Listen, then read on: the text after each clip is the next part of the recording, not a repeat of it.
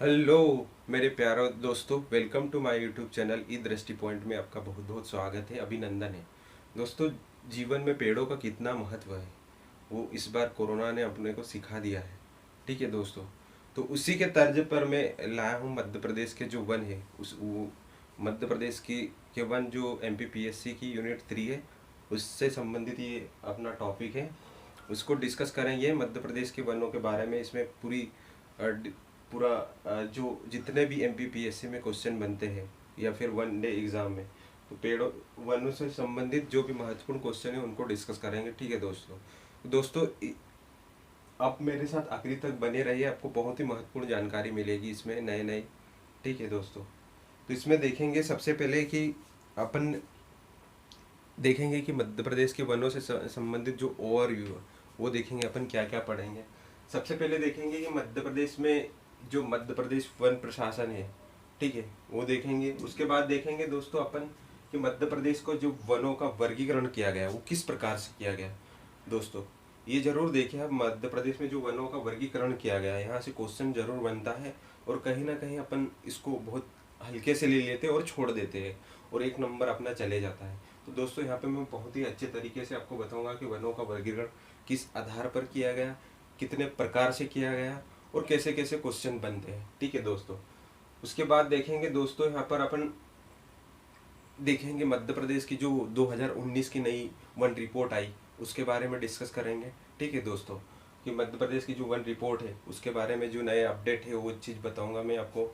उसके बाद देखेंगे दोस्तों, यहाँ पर जो मध्य प्रदेश में जो वनों से संबंधित जो योजनाएं जो लेटेस्ट है और पुरानी है उनके बारे में डिस्कस करेंगे, कि वनों से संबंधित जो मध्य प्रदेश में योजनाएं हैं उनके बारे में डिस्कस करेंगे। ठीक है दोस्तों। उसके बाद देखेंगे दोस्तों कि जो वन और वन्य जीव संरक्षण अधिनियम है, भारत सरकार द्वारा जो कानून बनाए गए वनों से संबंधित, वो सारे कानून देखेंगे जो महत्वपूर्ण है। ठीक है दोस्तों। उसके बाद देखेंगे दोस्तों की जो वनों से संबंधित पुरस्कार है, जो पुरस्कार दिए जाते हैं वनों से संबंधित, उन सारे पुरस्कार के बारे में डिस्कस करेंगे। ठीक है दोस्तों। फिर आगे बढ़ेंगे अपन, फिर देखेंगे दोस्तों कि जो मध्य प्रदेश में जो वनों से संबंधित जो संस्थान है उन संस्थानों के बारे में डिस्कस करेंगे अपन। और उसके बाद आखिरी में देखेंगे अपन कि जो अनुसंधान केंद्र है और कौन कौन सी पत्रिकाएं वनों से संबंधित मध्य प्रदेश में दी जाती है उनके बारे में डिस्कस करेंगे। और भी इसमें जो अपने यहाँ 2017 में जो नर्मदा के तट पर वृक्ष लगाए गए उनके बारे में डिस्कस करेंगे। तो दोस्तों, यहाँ पे बहुत ही महत्वपूर्ण जानकारी आपको मिलेगी यहाँ पे।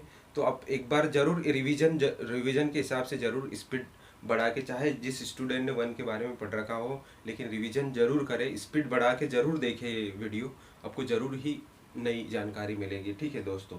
तो ठीक है दोस्तों, इस लेक्चर में मेरे साथ आप आखिरी तक बने रहिए, और आपको सिर्फ यहाँ पे दिखेगा नहीं क्या लिखा है क्या नहीं। बिल्कुल आपको क्या करना है, आपको ध्यान से सुनना है, पूरा ध्यान लगा के आपको सुनना है मेरे साथ, और आखिरी तक बने रहना है। ठीक है, निश्चित ही आपको फायदा होगा। ठीक है दोस्तों। तो चलते हैं अपन, स्टार्ट करते हैं। ठीक है दोस्तों। तो क्या देखेंगे अपन, मध्य प्रदेश के वन। मध्य प्रदेश के वन में देखेंगे मध्य प्रदेश वन प्रशासन। ठीक है दोस्तों, यहाँ से डायरेक्ट आपसे क्वेश्चन लिया जाता है कि मध्य प्रदेश में वन व्रत कितने हैं। ठीक है दोस्तों, क्या पूछ लिया जाता है कि मध्य प्रदेश में वन व्रत की संख्या कितनी है। डायरेक्ट 16, 17, 18 ऐसे ऑप्शन आता है। ठीक है दोस्तों। तो आपको याद रखना है दोस्तों, मध्य प्रदेश में वन व्रत की संख्या कितनी है, 16। कितनी है दोस्तों, 16। हाँ जी हाँ, कितनी है, 16।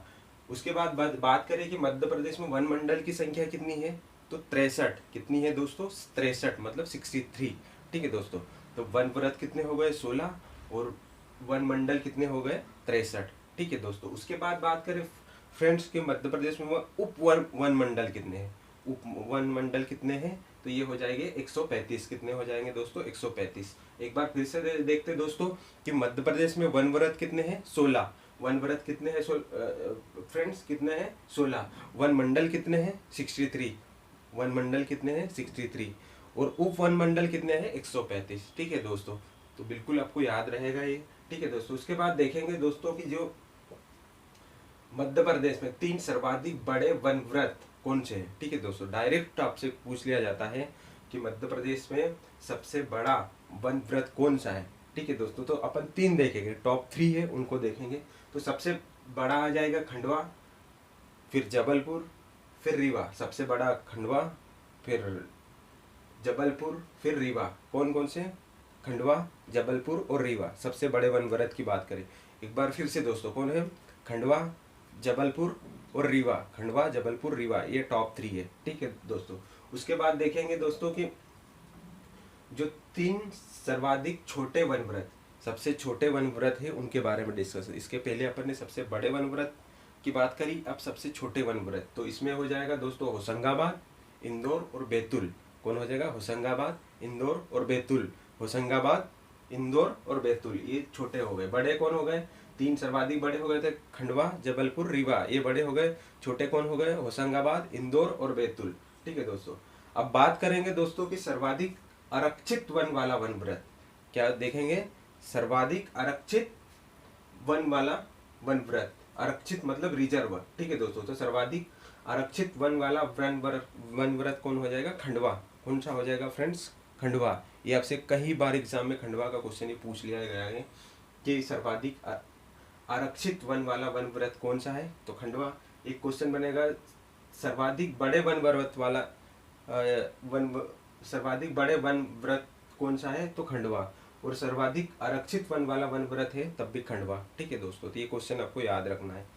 उसके बाद देखेंगे दोस्तों कि सर्वाधिक संरक्षित, यहाँ पे कंजर्व, सर्वाधिक संरक्षित वन वाला वन व्रत कौन सा है?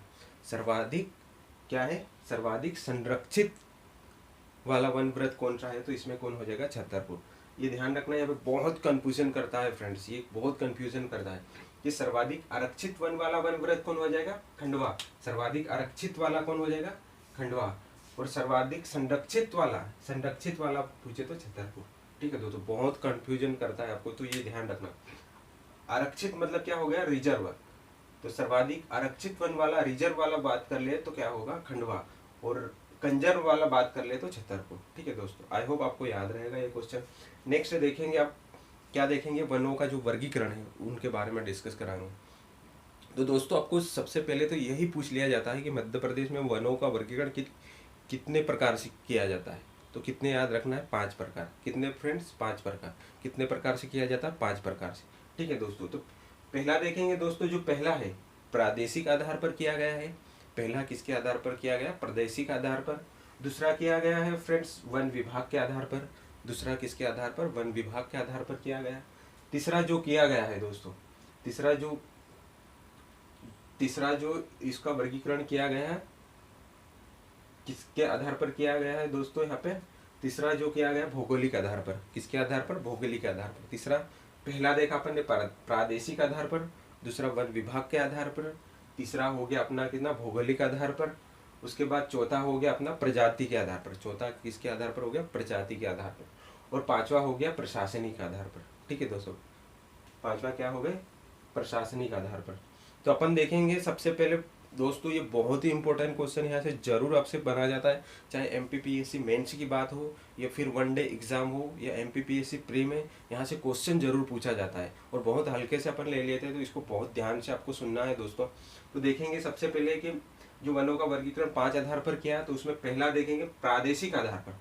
किस आधार पर? प्रादेशिक आधार पर। तो प्रादेशिक आधार पर है, इसको भी 3 पार्ट में डिवाइड करा है। जो प्रादेशिक आधार पे अपन ने वर्गीकरण किया है, इसको भी कितने पार्ट में डिवाइड किया है फ्रेंड्स? 3 पार्ट में। तो जो पहला है विंध्य कैमूर श्रेणी। पहला कौन सा हो जाएगा? विंध्य कैमूर श्रेणी। पहला कौन सा हो जाएगा? विंध्य कैमूर श्रेणी। ठीक है दोस्तों। पहला हो गया विंध्य कैमूर श्रेणी। दूसरा हो जाएगा मुरैना शिवपुरी पठार। दूसरा कौन सा हो जाएगा? मुरैना शिवपुरी पठार। दूसरा कौन सा हो जाएगा? मुरैना शिवपुरी पठार। तीसरा हो जाएगा फ्रेंड्स सतपुड़ा मेकल बघेलखंड। तीसरा हो जाएगा सतपुड़ा मेकल बघेलखंड। ठीक है दोस्तों। तो पहला हो गया विंध्य कैमूर श्रेणी, दूसरा हो गया मुरैना शिवपुरी पठार और तीसरा हो गया सतपुड़ा मेकल बघेलखंड। ठीक है सर फ्रेंड्स, सतपुड़ा मेकल बघेलखंड। ये प्रादेशिक आधार पर अपन ने 3 भागों में जो इसको बांटा है। तो जो विंध्य कैमूर श्रेणी है, यहाँ पर कैसे वृक्ष पाए जाते हैं? विरल वन। कैसे पाए जाते हैं दोस्तों? विरल वन। ये आपसे डायरेक्ट पूछा जाता है कि विंध्य कैमूर श्रेणी में किस प्रकार के वन पाए जाते हैं। ये आपके पास पूछा गया है क्वेश्चन है। ठीक है दोस्तों। तो विंध्य कैमूर श्रेणी में किस प्रकार के वन पाए जाते हैं? तो कैसे पाए जाते हैं? विरल वन। कैसे दोस्तों? विरल वन। याद रखना आपको, कैसे वन पाए जाते हैं? विरल वन। कौन कौन से जिले आते हैं? आपसे ये भी पूछ सकते हैं। तो कौन कौन से जिले आते हैं? सागर और दमोह। कौन से आते हैं दोस्तों? सागर और दमोह। ठीक है दोस्तों, तो सागर और दमोह विंध्य कैमूर श्रेणी में कैसे वन पाए जाते हैं? विरल वन। कौन कौन से जिले आते हैं? तो सागर और दमोह। ठीक है दोस्तों। नेक्स्ट देखेंगे दोस्तों कि मुरैना शिवपुरी पठार। दूसरा क्या है विभाजन? मुरैना शिवपुरी पठार। तो यहाँ पे सर्वाधिक कटीले वन पाए जाते हैं। यहाँ पे कैसे वन पाए जाते हैं? सर्वाधिक कटीले। फ्रेंड्स, ये क्वेश्चन पूछा गया आपसे कि सर्वाधिक कटीले वन कहाँ पर पाए जाते हैं। आपसे डायरेक्ट ये क्वेश्चन पूछ लिया गया है, पूछा हुआ क्वेश्चन है कि सर्वाधिक कटीले मध्य प्रदेश में वन कहाँ पाए जाते हैं। तो ये मुरैना शिवपुरी श्योपुर। ठीक है दोस्तों, क्या? मुरैना शिवपुरी श्योपुर मतलब मुरैना शिवपुरी पठार में पाए जाते हैं। ठीक है दोस्तों, तो कहाँ पाए जाते हैं? मुरैना शिवपुरी पठार में। कैसे वृक्ष पाए जाते हैं? कैसे पाए जाते हैं? सर्वाधिक कटीले। विंध्य कैमूर श्रेणी में कैसे थे? विरल वन। और मुरैना शिवपुरी पठार में कैसे पाए जाते हैं? सर्वाधिक कटीले। याद रखना है। ठीक है दोस्तों। उसके बाद देखेंगे दोस्तों कि सतपुड़ा मेकल बघेलखंड। सतपुड़ा मेकल बघेलखंड में किस प्रकार के वन पाया जाता है? तो यहाँ पे क्या प्रमुख सघन, बहुत ही सघन वृक्ष पाए जाते हैं। यहाँ पे कैसे? सघन वृक्ष पाए जाते हैं। कहाँ पर? सतपुड़ा मेकल और बघेलखंड। यहाँ पर कैसे पाए जाते हैं? सघन वन पाए जाते हैं। कैसे पाए जाते हैं दोस्तों? सतपुड़ा के घने जंगल से याद ही रह जाएगा कि यहाँ पे कैसे पाए जाते हैं? सघन वन। ठीक है दोस्तों, तो देख लिया अपन ने विंध्य कैमूर श्रेणी में विरल वन पाए जाते हैं, मुरैना शिवपुरी पठार में कटीले वन पाए जाते हैं, उसके बाद सतपुड़ा मेकल और बघेलखंड में सघन वन। ठीक है, इट्स वेरी सिंपल। ठीक है दोस्तों, उसके बाद देखेंगे दोस्तों नेक्स्ट वाला देखेंगे कि वन विभाग के आधार पर, वनों को वन विभाग के आधार पर कितने पार्ट में डिवाइड किया गया है, यह कैसे विभाजित किया गया है, इसके बारे में डिस्कस करेंगे। ठीक है दोस्तों, तो राजकीय वन, इसमें क्या करा है? सबसे पहले राजकीय वन, दूसरा निगमित निकाय वन, पहला राजकीय वन, निगमित निकाय वन और निजी वन। ठीक है, तीन भाग में इसको प्रशासन वन विभाग के आधार पर अभी कितने? 3 भागों में इसको डिवाइड करा है। पहला हो गया राजकीय वन, निगमित निकाय वन और निजी वन। कौन कौन सा? राजकीय वन, निगमित निकाय वन और निजी वन। तो जो राजकीय वन है इसमें पूर्ण रूप से राजकीय नियंत्रण, मतलब जो राज्य सरकार के राज्य सरकार का नियंत्रण होता है। इस पे किसका होता है दोस्तों? राज्य सरकार का नियंत्रण। राजकीय निकाय वन पूर्णतः राजकीय नियंत्रण में होता है, राज्य सरकार के नियंत्रण में होता है। निगमित निकाय वन, इसमें स्थानीय नगर पालिका और नगर परिषद का नियंत्रण होता है। ये निगमित निकाय वन है, इसमें किसका? नगर पालिका और नगर परिषद का क्या होता है? यहाँ पे नियंत्रण होता है। ठीक है दोस्तों, निजी में क्या हो जाए? निजी स्वामित्व के भूमि में स्थित होता है, जो जिसकी जो भूमि होती है उस उनके क्षेत्र में स्थित होता है, तो इसीलिए निजी। तो पहला हो गया राजकीय वन जिसमें राज्य सरकार का नियंत्रण होता है, दूसरा हो गया निगमित निकाय वन जिसमें नगर निगम और नगर परिषद का नियंत्रण होता है, तीसरा होता है निजी वन। ठीक है, निजी स्वामित्व के आधार पर। ठीक है दोस्तों, नेक्स्ट देखेंगे दोस्तों जो अपन ने वनों का वर्गीकरण किया है उसमें सबसे मोस्ट इम्पोर्टेंट है भौगोलिक आधार पर। क्या है? भौगोलिक आधार पर वनों का वर्गीकरण। ठीक है दोस्तों, किसके आधार पर? भौगोलिक आधार पर। तो भौगोलिक आधार पर भी अपन ने इसको कितने? 3 पार्ट में, 3 भागों में विभाजित किया है। भौगोलिक आधार पर भी कितने? 3 अलग अलग भागों में विभाजित किया है। तो यहाँ पे देखेंगे फ्रेंड्स, जो पहला है उष्णकटिबंधीय पर्णपाती वन। कौन सा हो गया? पहला हो गया उष्णकटिबंधीय पर्णपाती वन। कौन सा हो गया? उष्णकटिबंधीय पर्णपाती वन। तो यहाँ पे देखेंगे फ्रेंड्स, जो उष्णकटिबंधीय पर्णपाती वन, यहाँ पे औसत वर्षा कितनी होती है? यहाँ पे औसत वर्षा होती है 50 से 100 सेंटीमीटर। कितनी होती है दोस्तों? वर्षा की मात्रा डायरेक्ट पूछ ली जाती है कि पर्णपाती वन यहाँ पे उगते, वहाँ पर वर्षा का औसत वर्षा कितनी होती है? तो कितनी होगी? 50 से 100 सेंटीमीटर। कितनी होगी दोस्तों? 50 से 100 सेंटीमीटर। उसके बाद देखेंगे दोस्तों इसकी विशेषता क्या है। ये जो पर्णपाती वन है इनकी विशेषता क्या है? तो इनकी विशेषता है दोस्तों, यहाँ पे उत्तम किस्म की इमारती लकड़ी मिलती है। यहाँ पर कैसी मिलती है? उत्तम किस्म की इमारती लकड़ी मिलती है। कहाँ पर? उष्णकटिबंधीय पर्णपाती वन में। कहाँ पर? उष्णकटिबंधीय पर्णपाती वन में कैसी उत्तम किस्म की इमारती लकड़ी मिलती है। ठीक है दोस्तों, देखेंगे यहाँ पे जो वृक्ष कौन कौन से पाए जाते हैं इंपॉर्टेंट, तो यहाँ पे सागौन पाया जाता है, शीशम, नीम और पीपल। कौन कौन से? सागौन, शीशम, नीम और पीपल। सागौन, शीशम, नीम और पीपल। ठीक है दोस्तों, जिले की बात करें तो जो उष्णकटिबंधीय व पर्णपाती वन है ये कौन कौन से जिले में पाए जाते हैं? तो ये हो गया अपना सागर हो गया, जबलपुर हो गया, होशंगाबाद हो गया, छिंदवाड़ा। सागर, जबलपुर, होशंगाबाद और अपना छिंदवाड़ा। सागर, जबलपुर, होशंगाबाद और छिंदवाड़ा। ठीक है दोस्तों, तो ये कौन सा था? पर्णपाती वन। पर्णपाती वन में दो बातें मोस्ट इंपोर्टेंट याद रखनी। एक तो औसत वर्षा कितनी होती है यहाँ पर, औसत वर्षा कितनी होती है दोस्तों? 50 से 100 सेंटीमीटर। ठीक है दोस्तों, और इस पर्णपाती वनों की विशेषता क्या है? ये क्या है? इमारती लकड़ी है। क्या है? यहाँ पे उत्तम किस्म की इमारती लकड़ी पाई जाती मिलती है। ठीक है दोस्तों, उसके बाद वृक्ष कौन कौन से हो गए? सागर, शीशम, नीम, सागर, सागौन, सागौन, शीशम, नीम और पीपल। ठीक है दोस्तों, उसके बाद देखेंगे नेक्स्ट हो गया भौगोलिक आधार पर। पहला अपन ने देखा पर्णपाती वन। दूसरा देखेंगे दोस्तों अर्ध पर्णपाती वन। दूसरा हो गया क्या? मोस्ट इंपोर्टेंट अर्ध पर्णपाती वन। अर्ध पर्णपाती वन में यहाँ पे वर्षा कितनी होती है दोस्तों? यहाँ पे जो वर्षा होती है 100 से 150 सेंटीमीटर। औसत वर्षा कितनी होती है? अर्ध पर्णपाती वन कहाँ पर पाया जाता है? जहाँ पर वर्षा का औसत 100 से 150 सेंटीमीटर होता है। कितना होता है? 100 से 150 सेंटीमीटर। ठीक है दोस्तों, और यहाँ पे वृक्ष कौन से पाए जाते हैं? साल है, सागौन है और बांस। क्या होता है? साल, सागौन और बांस। ठीक है दोस्तों, साल, सागौन और बांस। साल, सागौन और बांस। हर्रा, महुआ और जामुन। क्या क्या होते हैं वृक्ष? साल, सागौन, बांस, हर्रा, महुआ और जामुन। हर्रा, महुआ, जामुन, साल, सागौन और बांस। ठीक है दोस्तों, ये वृक्ष पाए जाते हैं कहाँ पर? अर्ध पर्णपाती वन में। कहाँ पर? अर्ध पर्णपाती वन में।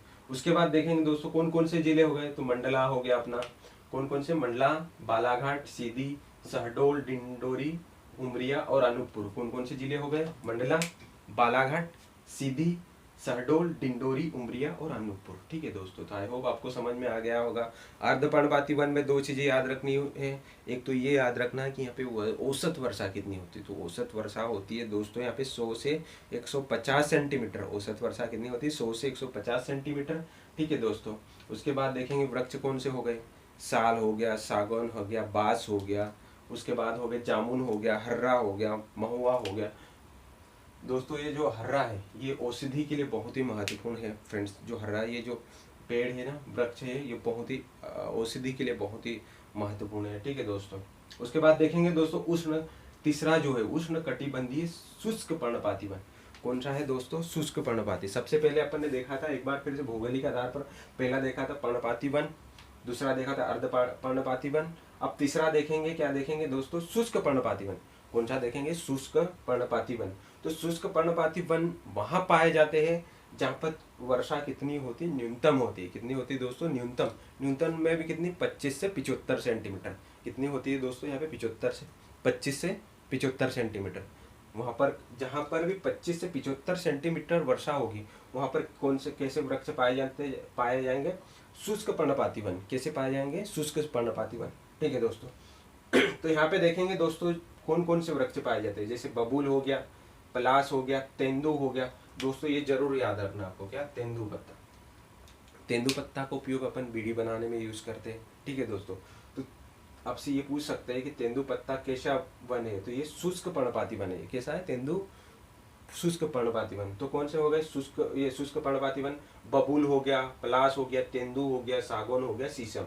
बबूल, पलाश, तेंदु, सागौन और शीशम, ये हो गए क्या हो गए? शुष्क पर्णपाती वन। ये जिले कौन कौन से हो गए फ्रेंड्स? तो इसमें हो गया जैसे रतलाम हो गया, मंदसौर हो गया और निमाड़ वाला क्षेत्र। क्या क्या हो गया? रतलाम, मंदसौर और निमाड़ वाला क्षेत्र। ठीक है दोस्तों, तो ये देखा अपन ने भौगोलिक आधार पर जो वनों का वर्गीकरण। एक बार फिर से बता देता हूँ, क्वेश्चन यहीं से बनता है दोस्तों। ये भौगोलिक आधार पर यहीं से आपको घुमा के क्वेश्चन पूछा जाता है। आपको सिंपल याद रखना है दोस्तों, जो उष्ण कटिबंधीय पर्णपाती वन है ये वहाँ पर पाए जाते हैं जहाँ पर वर्षा कितनी होती है दोस्तों? 100 से 50 से 100 सेंटीमीटर। औसत वर्षा कितनी होती है? 50 से 100 सेंटीमीटर। इन वृक्षों के, पर्णपाती वनों की जो इसकी विशेषता है कि यहाँ पे उत्तम किस्म की इमारती लकड़ी पाई जाती है। कौन सी उत्तम किस्म की इमारती लकड़ी पाई जाती है?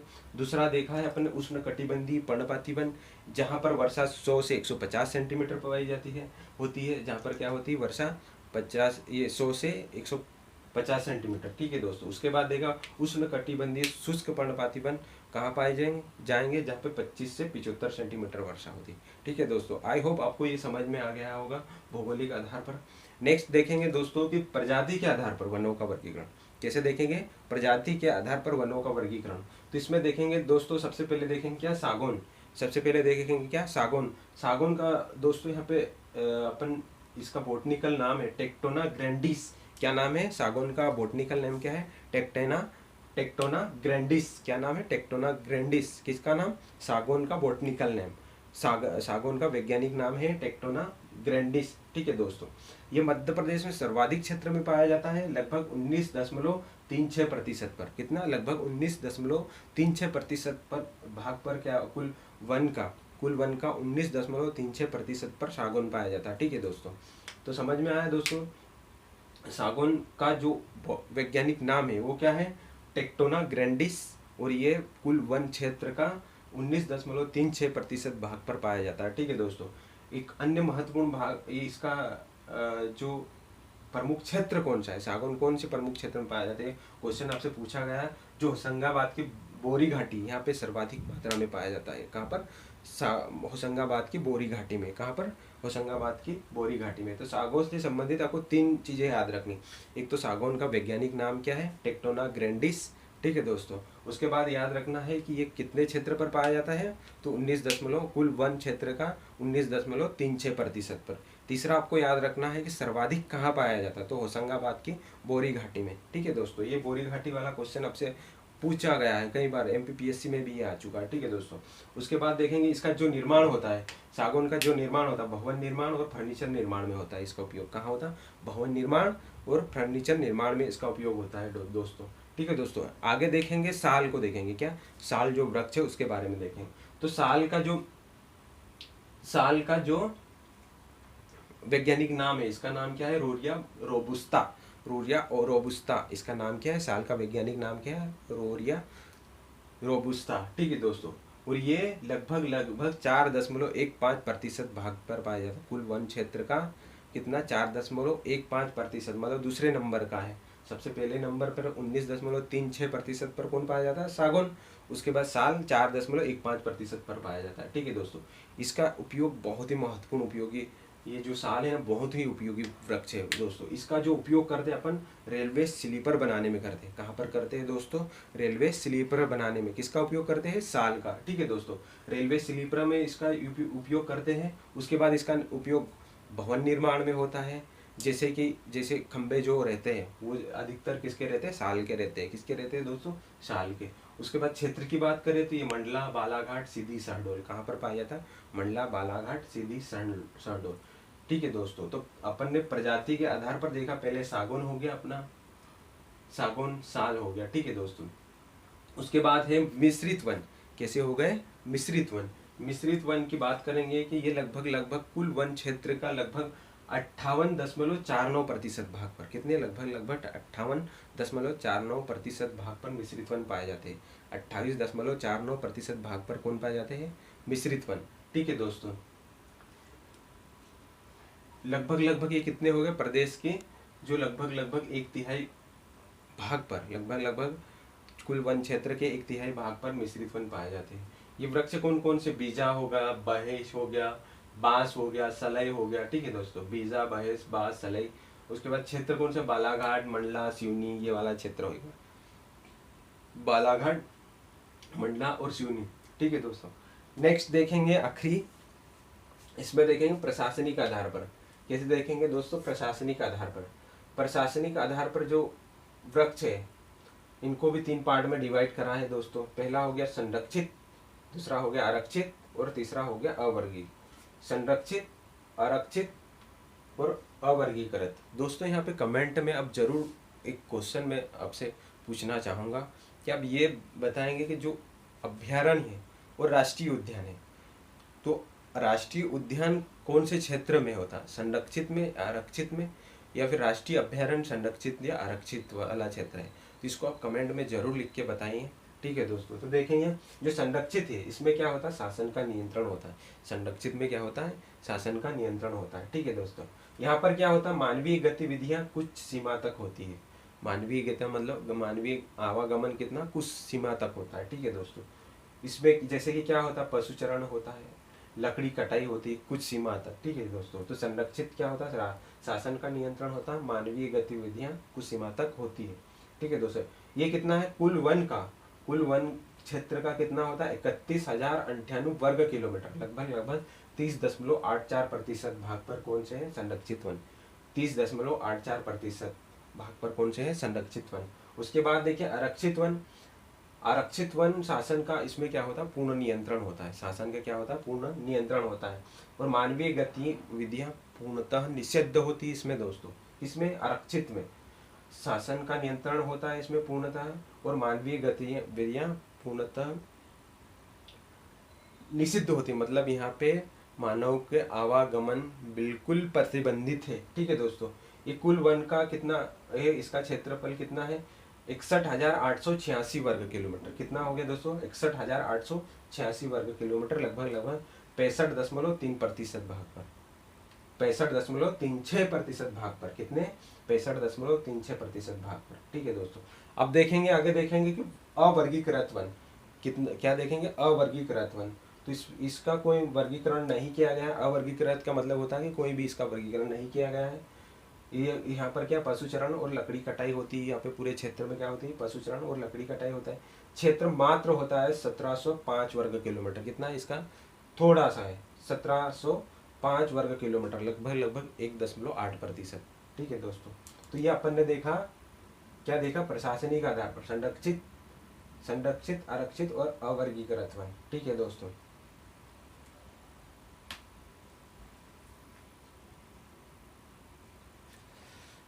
अच्छा दोस्तों आगे देखेंगे अपन कि मध्य प्रदेश की वन संरक्षण की जो योजनाएं हैं, योजनाओं के बारे में डिस्कस करेंगे दोस्तों। अब मध्य प्रदेश की जो वन संरक्षण की योजनाएं उनके बारे में देखेंगे। तो सामाजिक वानिकी योजना, पहली योजना देखेंगे। ये कौन सी, क्या नाम है योजना का, सामाजिक वानिकी योजना। कौन सी दोस्तों, आपको सिर पर ध्यान से सुनना है, आपको बिल्कुल आपके अंदर जा रहा है, आपको ये बिल्कुल एग्जाम में सब पॉइंट जितने भी अपन डिस्कस करें ये बिल्कुल आपको याद आ जाएगी। और आप दोस्तों आप क्या करें कि जैसे खाना बना रहे हो या कुछ काम करते करते भी आप इस वीडियो को जरूर लगा लीजिए और स्पीड बढ़ा के आप सुनते जाए, आपको 100% आपको एग्जाम में इसका फायदा होगा। ठीक है दोस्तों। तो अब अपन डिस्कस करेंगे मध्य प्रदेश की जो वन संरक्षण योजनाओं के बारे में डिस्कस करेंगे। तो पहली कौन सी है सामाजिक वानिकी योजना। कौन सी है दोस्तों, डायरेक्ट आपसे पूछ लेंगे कि सामाजिक वानिकी योजना किससे संबंधित है, ऐसा क्वेश्चन आपसे बनेगा। ठीक है दोस्तों।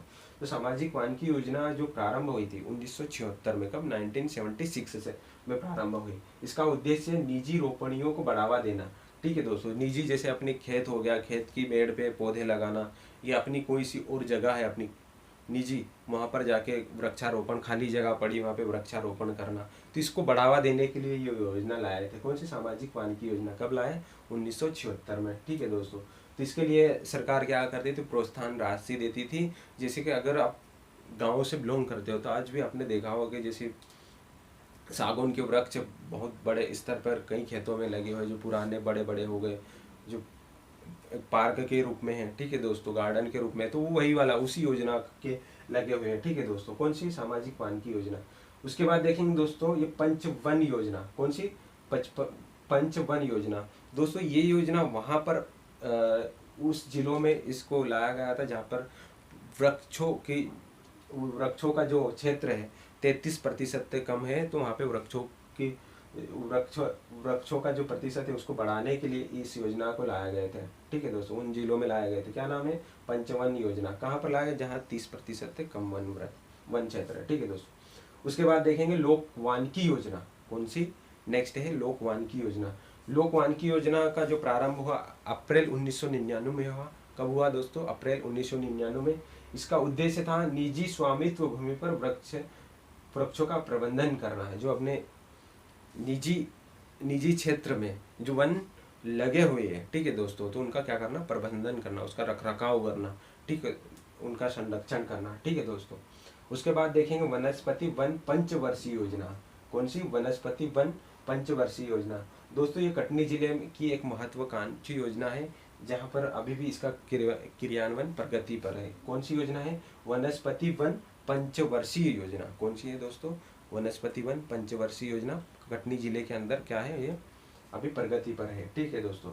एक नेक्स्ट जो योजना है वो संजीवनी आयुर्वेद। कौन सी है, संजीवनी आयुर्वेद योजना। ठीक है दोस्तों। इसका उद्देश्य औषधि पौधों के निपुणन, मतलब औषधि के जो पौधे हैं उनको संरक्षण करना और उनको बढ़ावा देना। ठीक है दोस्तों।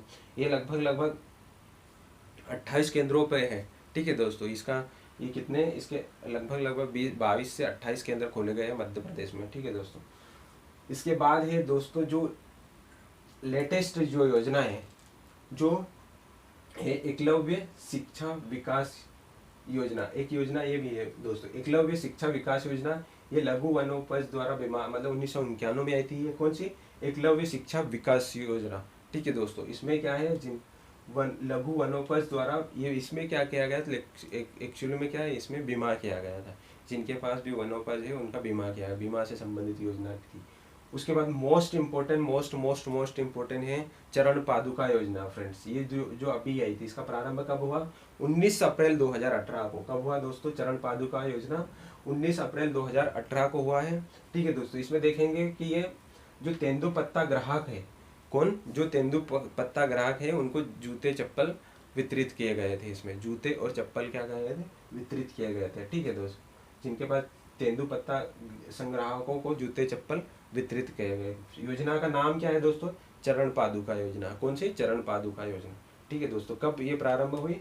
19 अप्रैल 2018 से। कब हुई? 19 अप्रैल 2018 से। उसके बाद देखेंगे दोस्तों दीनदयाल वनांचल सेवा। कौन सी? दीनदयाल वनांचल सेवा अक्टूबर 2016 में। ये कब आई? अक्टूबर 2016 में। दीनदयाल वनांचल सेवा योजना अक्टूबर 2016 में। दोस्तों ये जो इसका उद्देश्य था कि जो मतलब जो सबसे छोटे तबके के लोग हैं उनको तक जो अपनी सेवाएं प्रदान करना, मतलब उनको लाभ पहुंचाने के लिए, जो आखिरी में है। ठीक है दोस्तों, तो ये वनांचल सेवा के जो अंत में आते हैं, ठीक है दोस्तों, उनको तक मतलब किसी भी सेवा का जो भी सरकार द्वारा प्रोत्साहन राशि दी जा रही है या कोई भी उनके फायदे के लिए स्कीम आई है तो उनके तक लाभ पहुंचाना। ठीक है दोस्तों, इन दीनदयाल वनांचल सेवा का उद्देश्य ये था। यही कब? अक्टूबर 2016 में। ठीक है दोस्तों, तो ये महत्वपूर्ण योजनाएं थी वो जो देखी अपन ने। उसके बाद देखेंगे दोस्तों जो वन एवं वन्य जीव संरक्षण के भारतीय कानून, जो कानून वनों से संबंधित बने हैं उनके बारे में डिस्कस करेंगे। अब क्या करेंगे? जो भारतीय कानून बनेंगे। तो फ्रेंड्स सबसे पहला देखेंगे वन्यजीव संरक्षण अधिनियम। क्या? वन्यजीव संरक्षण अधिनियम। ये फैक्ट के रूप में आपसे पूछ लिया जाता है डायरेक्ट। तो वन्यजीव संरक्षण अधिनियम कब आया? यह 1972 में। कब आया दोस्तों? 1972 में। और इसको मध्य प्रदेश में लागू कब किया गया? 15 नवंबर 1974 को। कब लागू किया गया दोस्तों इसको? 15 नवंबर 1974 को। वन्यजीव सुरक्षा अधिनियम मध्य प्रदेश में कब लागू हुआ? 15 नवंबर 1974 को। ठीक है दोस्तों, ये अधिनियम आया कब? 1972 को। कब? वन्य जीव संरक्षण अधिनियम कब आया? 1972 को। ठीक है दोस्तों, उसके बाद वन संरक्षण अधिनियम कब आया? तो ये 1980 में। वन संरक्षण अधिनियम कब आया? 1980 में। उसके इसके ऊपर वाला क्या था? वन्य जीव संरक्षण अधिनियम। वन्य जीव था और ये क्या? सिर्फ वन संरक्षण। तो वन्य जीव की बात करें तो 1972, और मध्य प्रदेश ने इसको लागू किया कब किया? 1974 में। जबकि वन संरक्षण अधिनियम कब आया? ये 1980 में। कब आया? वन संरक्षण अधिनियम 1980 में। ठीक है दोस्तों, उसके बाद देखेंगे दोस्तों मध्य प्रदेश में पहली वन नीति। मध्य प्रदेश में जो पहली वन नीति कब आई थी? बहुत ही मोस्ट इंपोर्टेंट है दोस्तों, ये MPPSC और अदर एग्जाम में पूछा गया क्वेश्चन है कि मध्य प्रदेश में जो पहली वन नीति कब आई थी? 1952 में। कब? 1952 में। कब आई दोस्तों? 1952 में। उसके बाद देखेंगे फ्रेंड्स जो नई वन नीति है, नई वन नीति मध्य प्रदेश में कब आई? तो ये 4 अप्रैल 2005 को। नई वन नीति कब आई दोस्तों? 4 अप्रैल 2005 को। कब आई? 4 अप्रैल 2005 को दोस्तों। ठीक है दोस्तों, अब देखेंगे वानिकी जो पुरस्कार है, वानिकी से संबंधित जो पुरस्कार है उनके बारे में आपको सिर्फ सुनना है। ठीक है दोस्तों, आप सुनना, आपको याद हो जाएगा। तो नाम सिर्फ याद रखना है कि वनों से संबंधित कौन कौन से पुरस्कार है। तो दोस्तों इसमें है शहीद अमृता देवी स्मृति पुरस्कार। कौन सा? शहीद अमृता देवी स्मृति पुरस्कार। ठीक है दोस्तों, कौन सा है? शहीद अमृता देवी स्मृति पुरस्कार। उसके बाद है फ्रेंड्स, ये बहुत ही इंपॉर्टेंट क्वेश्चन है, बसामन मामा स्मृति वन्य प्राणी संरक्षण। बसामन मामा स्मृति वन्य प्राणी संरक्षण पुरस्कार। कौन सा? बसामन मामा स्मृति वन्य प्राणी संरक्षण। ये पुरस्कार भी वानिकी के क्षेत्र में दिया जाता है। और महावृक्ष पुरस्कार। कौन सा? महावृक्ष पुरस्कार, इसकी 1995 में शुरुआत हुई। और वन प्रहरी पुरस्कार। एक बार फिर से देखते हैं, शहीद अमृता देवी पुरस्कार, शहीद अमृता देवी स्मृति पुरस्कार हो गया, बसामन मामा स्मृति वन्य प्राणी संरक्षण पुरस्कार, महावृक्ष पुरस्कार, उसके बाद हो गया वन प्रहरी पुरस्कार। ठीक है दोस्तों, वृक्ष मित्र, मोस्ट इम्पोर्टेंट ये याद रखना है फ्रेंड्स, वृक्ष मित्र। क्या याद रखना है? वृक्ष मित्र। वृक्ष मित्र इसकी शुरुआत इसको कब दिया जाता है? हर साल 19 नवंबर को दिया जाता है। कब? प्रतिवर्ष। ये प्रतिवर्ष इंदिरा गांधी की स्मृति पर भारत सरकार द्वारा दिया जाता है। कौन सा? वन मित्र पुरस्कार 19 नवंबर को दिया जाता है। वृक्ष मित्र 19 नवंबर को दिया जाता है। कब? प्रतिवर्ष 19 नवंबर को दिया जाता है और इंदिरा गांधी की स्मृति पर भारत सरकार द्वारा दिया जाता है। कौन सा? वन मित्र पुरस्कार। ठीक है दोस्तों। अच्छा दोस्तों, मेरा एक क्वेश्चन है आपसे, ये एक लेक्चर में मैं डिस्कस भी कर चुका हूँ कि भारत में वन मित्र के नाम से किन को जाना जाता है दोस्तों। अभी अभी उनका देहांत हुआ है। आई होप आप कमेंट में जरूर लिखिए वन मित्र के नाम से, जिन्होंने एक आंदोलन भी चलाया था दोस्तों, जिसका नाम क्या था? चिपको आंदोलन। क्या नाम था? चिपको आंदोलन चलाया था, जिन्होंने 26 मार्च 1974 के 70 के दशक में 26 मार्च 1974 को शुरुआत हुआ था उस आंदोलन का, चिपको आंदोलन।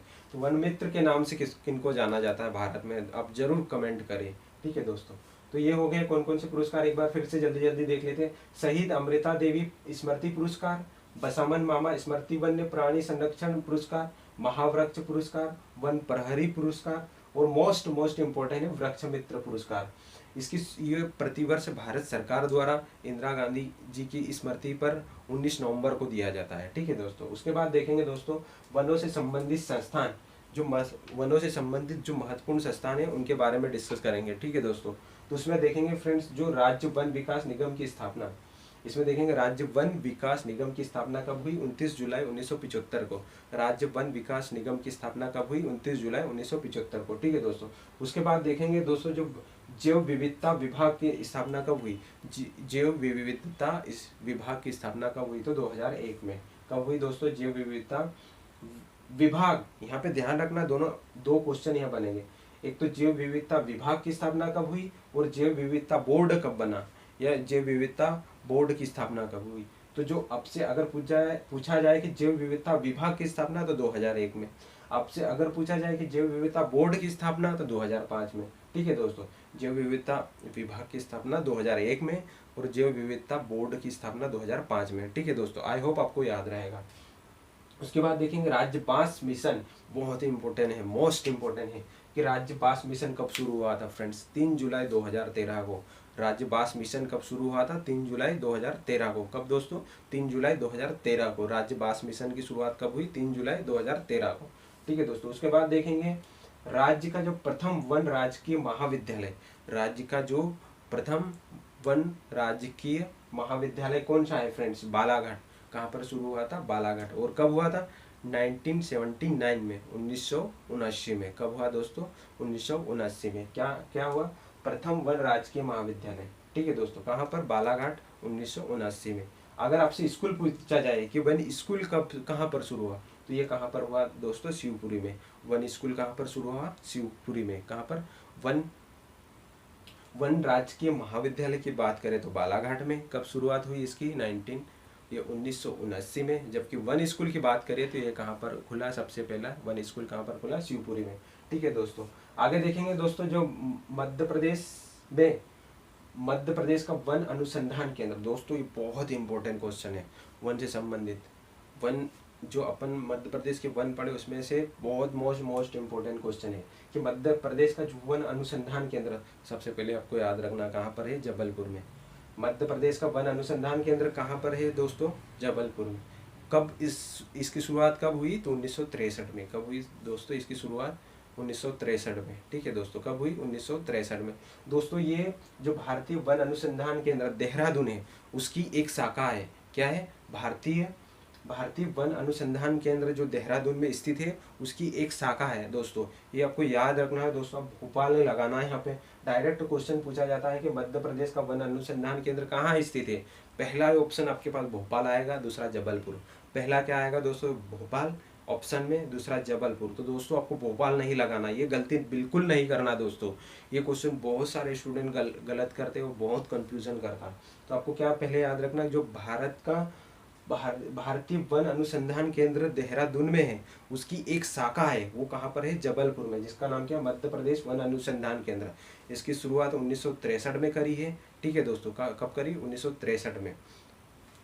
तो आपको याद रखना है, भोपाल नहीं लगाना है। मध्य प्रदेश अनुसंधान केंद्र कहाँ लगाना है, जबलपुर में स्थित है। कहाँ पर है दोस्तों, ये जो मध्य प्रदेश वन अनुसंधान केंद्र है, ये दो पत्रिकाएं यहाँ से निकलती है। जो दो पत्रिका बहुत ही मोस्ट इम्पोर्टेंट है दोस्तों, दो पत्रिकाएं यहाँ से निकलती है। पहली है दोस्तों वानकी संदेश। पहली जो पत्रिका कौन सी, ध्यान से सुनना है दोस्तों, ध्यान से। पहली जो पत्रिका है वानकी संदेश, ये यहाँ से निकलती है। कहाँ से, मध्य प्रदेश वन अनुसंधान केंद्र जबलपुर से निकलती है। कौन सी, वानकी संदेश। और दूसरी है दोस्तों वनधन पत्रिका। दूसरी कौन सी, वनधन पत्रिका।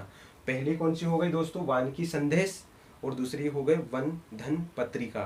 दूसरी कौन सी हो गई, वनधन पत्रिका। तो ये आपको याद रखना है। कहाँ से आती, कहाँ से निकलती है, मध्य प्रदेश वन अनुसंधान केंद्र जबलपुर से।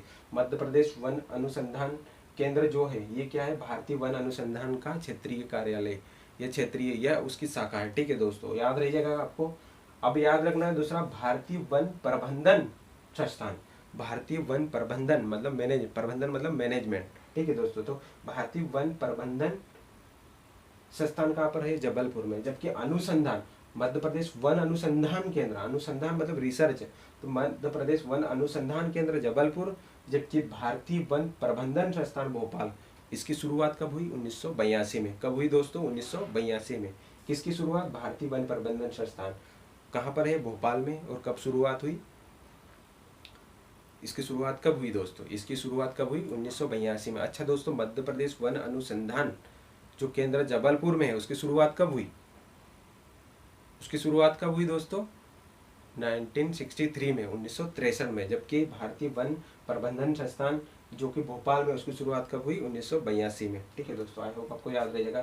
फिर उष्णकटिबंधीय वन अनुसंधान केंद्र कहाँ है, उष्णकटिबंधीय वन अनुसंधान केंद्र, ये कहाँ पर है, जबलपुर में स्थित है। कहाँ पर है दोस्तों, जबलपुर में स्थित है। तो आई होप आपको ये सारे इंपॉर्टेंट जो पॉइंट अपन डिस्कस कर रहे हैं, ये आपको समझ में आ रहा हो। इसको कम से कम 2 से 3 बार आप जरूर देखें। ठीक है दोस्तों, अब आखिरी में अगर अपन आ गए हैं, जिसमें देखेंगे दोस्तों जो वन रिपोर्ट 2019 की आई है। ठीक है दोस्तों, जो 2019 की जो वन रिपोर्ट आई है, उसके बारे में डिस्कस करेंगे दोस्तों। इसमें देखेंगे दोस्तों कि जो वन रिपोर्ट 2019 की आई है, इसमें देखेंगे कि देश में कुल वन क्षेत्र का, देश के कुल वन क्षेत्र का मतलब जो पुरानी 2017 की रिपोर्ट थी, 17 में जो आई थी रिपोर्ट, उसमें जो मध्य प्रदेश का वन क्षेत्र कितना था, 77,414 वर्ग किलोमीटर था। 2017 की जो रिपोर्ट है, 2019 में बढ़ गया है दोस्तों। 2019 में वन क्षेत्र बढ़ गया और क्या हो गया, 77,482 वर्ग किलोमीटर हो गया। रिपोर्ट 2019 के अनुसार कितना हो गया, 77,482 वर्ग किलोमीटर हो गया। ठीक है दोस्तों, मध्य प्रदेश में। और सर्वाधिक क्षेत्र, अब सर्वाधिक क्षेत्र वाले 3 राज्यों की बात करेंगे। ठीक है दोस्तों, रिपोर्ट 2019 के अनुसार सर्वाधिक क्षेत्र वाले राज्यों की बात करेंगे दोस्तों। तो इसमें देखेंगे जो पहला सबसे ज़्यादा क्षेत्र कहाँ पर है, मध्य प्रदेश, दूसरा अरुणाचल प्रदेश, तीसरा कौन सा हो गया, छत्तीसगढ़। 3 राज्यों की बात करेंगे सर्वाधिक क्षेत्र में। मध्य प्रदेश पहला, दूसरा हो गया अरुणाचल प्रदेश, तीसरा हो गया छत्तीसगढ़। क्षेत्र के बारे में पहला मध्य प्रदेश दोस्तों, ये आपको याद रखना है, यहाँ से क्वेश्चन बनेगा आपसे। पहला मध्य प्रदेश, दूसरा अरुणाचल प्रदेश और तीसरा हो गया छत्तीसगढ़। ठीक है दोस्तों, एक बार फिर से, पहला कौन हो गया, मध्य प्रदेश, दूसरा अरुणाचल प्रदेश और तीसरा छत्तीसगढ़। ठीक है दोस्तों, अब बात करेंगे दोस्तों प्रतिशत के आधार पर, 3 राज्यों, टॉप 3 प्रतिशत के आधार पर। ठीक है दोस्तों, तो इसमें आ जाएगा पहला, सबसे पहले तो आपको ये याद रखना है, अपने मध्य प्रदेश से संबंधित वन वृक्ष पढ़ रहे हैं तो मध्य प्रदेश का प्रतिशत में मतलब नाम ही नहीं आता, समझो तीसरे चौथे पांचवें तक नाम ही नहीं आता। ठीक है दोस्तों, प्रतिशत में याद रखना। अब ऐसा नहीं पहला दूसरा या तीसरा कोई तुक्का मारे, तुक्का नहीं मारना दोस्तों, यहाँ पे प्रतिशत में मध्य प्रदेश का नाम ही नहीं आता, अब ऐसे याद रखिए। ठीक है, तो देखेंगे अपन जो पहले पे है सर्वाधिक क्षेत्र मिजोरम प्रतिशत में। ठीक है, मिजोरम आएगा पहले में, दूसरे में आएगा अरुणाचल प्रदेश और तीसरे में मेघालय। ठीक है दोस्तों, सर्वाधिक प्रतिशत में मिजोरम पहले पे, दूसरे पे अरुणाचल प्रदेश और तीसरे पे आ जाएगा मेघालय। ठीक है दोस्तों, उसके बाद देखेंगे सर्वाधिक, उसके बाद देखेंगे दोस्तों यहाँ पर जिलों की बात करेंगे। क्या देखेंगे, रिपोर्ट 2019 के अनुसार जिलों की बात करेंगे। तो यहाँ पे देखेंगे सर्वाधिक क्षेत्र वाले जिले, तो सबसे पहले पे आ जाएगा बालाघाट, पहले पे आ जाएगा बालाघाट, दूसरे पे आ जाएगा शाजापुर और तीसरे पे बैतूल। सबसे ज़्यादा क्षेत्र की बात करेंगे तो बालाघाट पहले पे, दूसरे पे शाजापुर और तीसरे पे बैतूल। पहले पे फिर ध्यान से सुनिए दोस्तों, पहले पे आ जाएगा बालाघाट, दूसरे पे शाजापुर और तीसरे पे आ जाएगा बैतूल। ठीक है दोस्तों, न्यूनतम की बात करें तो जो न्यूनतम क्षेत्र वाले 3 जिलों की बात करें तो पहले पे आ जाएगा उज्जैन। ठीक है दोस्तों, उज्जैन के बाद आ जाएगा शाजापुर, उसके बाद रतलाम। क्या हो जाएगा न्यूनतम में,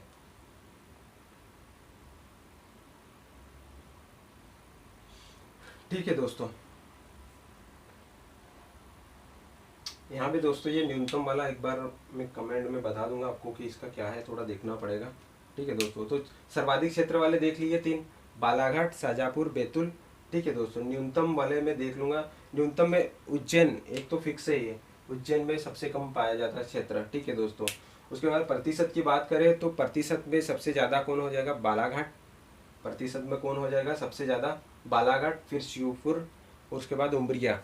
प्रतिशत में कौन हो जाएगा, 3 जिले, टॉप 3 जिले हो जाएंगे ज़्यादा वाले, बालाघाट, उसके बाद हो जाएगा श्योपुर, फिर उमरिया। बालाघाट, श्योपुर और उमरिया। ठीक है दोस्तों, न्यूनतम की बात करें तो न्यूनतम में आ जाएगा उज्जैन, न्यूनतम में आ जाएगा उज्जैन, शाजापुर और रतलाम, उज्जैन, शाजापुर और रतलाम। ठीक है दोस्तों, तो इसमें एक बार फिर से बताना चाहूँगा, रिपोर्ट 2019 के अनुसार दोस्तों जो मध्य प्रदेश में एक चीज़ याद रखना, वन क्षेत्र बड़ा है जो 77,482 वर्ग किलोमीटर हो गया है। ठीक है दोस्तों, कुल देश के कोई ये कुल वन क्षेत्र का 25.14% हो गया है। ठीक है दोस्तों, कितना हो गया मध्य प्रदेश में 2019 की रिपोर्ट के अनुसार 25.14% हो गया है। ठीक है दोस्तों, सर्वाधिक क्षेत्र वाले 3 राज्यों की बात करेंगे तो मध्य प्रदेश, अरुणाचल प्रदेश और छत्तीसगढ़। ठीक है, उसके बाद देखेंगे दोस्तों प्रतिशत के आधार पर 3 राज्य देखेंगे तो मिजोरम, आंध्र प्रदेश, ये मिजोरम, अरुणाचल प्रदेश और उसके बाद मेघालय।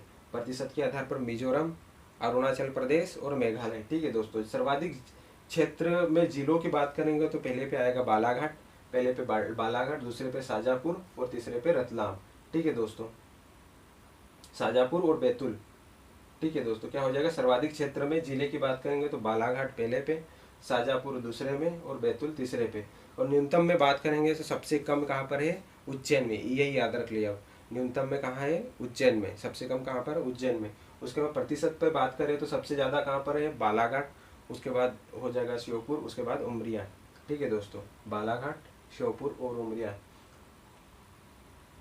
ठीक है दोस्तों, अब एक पॉइंट और बच गया है, नर्मदा के तट पर जो वृक्ष लगाए गए वो कब लगाए गए, 2 जुलाई 2017 को। ठीक है दोस्तों, जो नर्मदा के किनारों के ऊपर जो वृक्षारोपण किया गया दोस्तों, रिकॉर्ड इसमें 7.10 करोड़ वृक्ष लगाए गए दोस्तों। कब लगाए गए, 2 जुलाई 2017 को। कब दोस्तों, 2 जुलाई 2017 को। कितने वृक्ष लगाए गए, 7.10 करोड़, 7.10 करोड़ वृक्ष लगाए गए। ठीक है दोस्तों, बस ये याद रखना है आपको। तो दोस्तों आई होप आपको समझ में आया होगा दोस्तों। ये अब एग्ज़ाम भी, अगर कहीं भी एग्ज़ाम आप दे रहे हो या देने जा रहे हो तो उसके पहले आप ज़रूर इसको रिवाइज़ करें। आपको इम्पोर्टेंट पॉइंट जो इसमें लगभग वो सारे पॉइंट, कोई पॉइंट नहीं छूटा होगा जिसमें इम्पोर्टेंट पॉइंट अपन पूरे डिस्कस करेंगे। ठीक है दोस्तों, आई होप आपने एंजॉय करा होगा ये लेक्चर को। और दोस्तों इसको ज़रूर आप बार 2 से 3 बार ज़रूर सुनिए। अगर कोई स्टूडेंट पहली बार भी इस वन जो मध्य प्रदेश के वन पढ़ रहा तो उसको भी लगभग आई होप पूरा समझ में आ जाएगा। तो इसको 2 से 3 बार आप ज़रूर रिवाइज़ करें और इसकी स्पीड बढ़ाकर आप ज़रूर देखें दोस्तों। ठीक है दोस्तों, आपका बहुत बहुत धन्यवाद, आप मेरे साथ बने रहे। ठीक है दोस्तों, ओके दोस्तों, टेक केयर, बाय।